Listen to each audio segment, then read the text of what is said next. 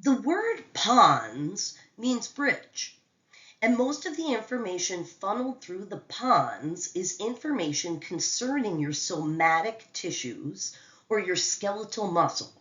But it's information that would control these skeletal muscles subconsciously. So right now, all of your skeletal muscles are contracting just a little bit to keep your muscle tone, and it's the pons that is really playing a big part in that. Because the pons is concerned with somatic movements, it's a big, major connection, a bridge between the cerebellum and the midbrain, or the cerebellum and the basal nuclei, which were gray matter nestled in the cerebrum.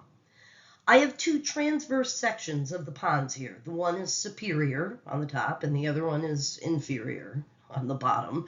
You can see this big open area of the pons right here, and this is the fourth ventricle in the superior transverse section.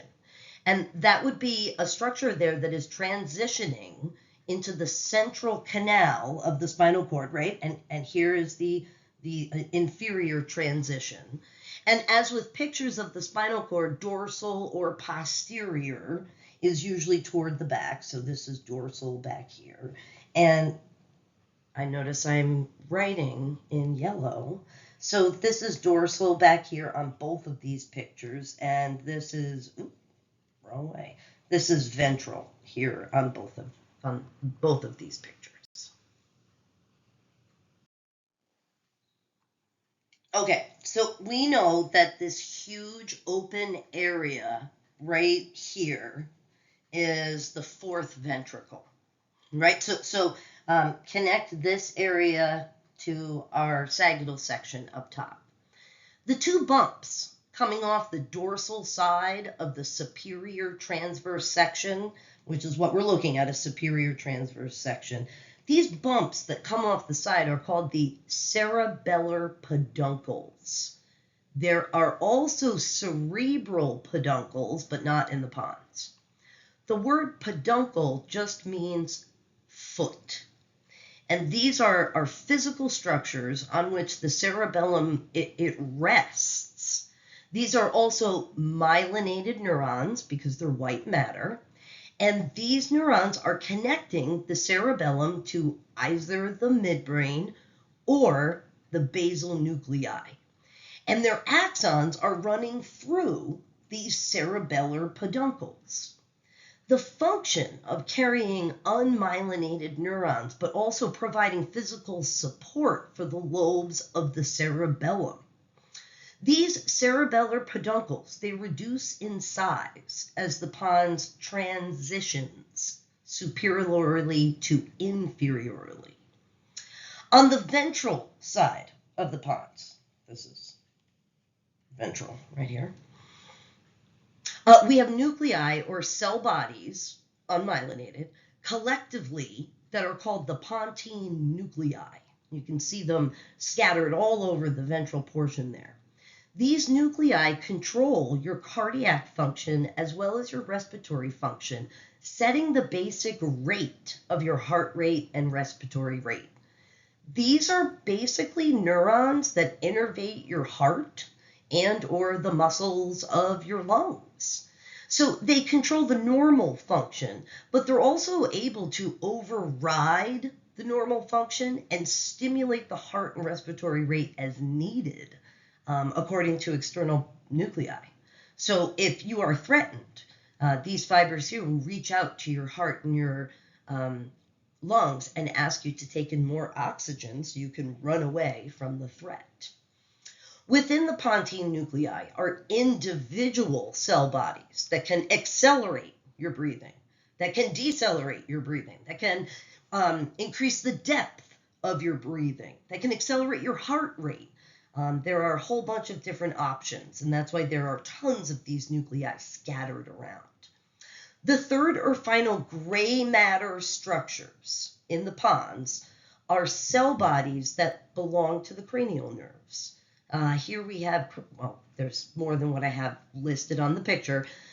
We have cranial nerves 5, 6, 7, and 8. This would actually, you should stop this video and see if you can name 5, 6, 7, and 8. So this would be the trigeminal, abducens, facial, and vestibulocochlear cranial nerves. These nerves have a variety of functions related to movements and sensory input from the facial area. They're also involved in stimulating salivary secretions, and they play a part in controlling defecation and urinary reflexes, interestingly. The white matter of the pons contains more than just these 2 tracts that I had mentioned. These are just the most important ones to note. The spinothalamic tract and the corticospinal tract. Apologize, I didn't label this as the spinothalamic tract right there. The spinothalamic tract, it's an ascending tract, right? So it carries sensory information from peripheral tissues up into the spinal cord, and specifically into our thalamus that is right here. The thalamus was the conscious gateway, right? So any sensory information that's going to be known to you consciously comes up this pathway to the thalamus. If something hurts, if something feels cold, it's your spinothalamic tract that's at the dead center of the pons. Dead center of the pons. The spinothalamic tract at the dead center. It is in the dead center of all your brainstem structures. The corticospinal tract, that carries motor fibers with descending or outgoing information. These tracts are on either side of the anterior median fissure of the pons. These fibers are axons running through here, and they're carrying action potentials from your primary motor cortex down your spinal cord and then out to a neuromuscular junction that's controlling skeletal muscle. If you're taking notes right now, this is what is happening. Action potentials are descending these tracts and exiting to control the muscles in your hands.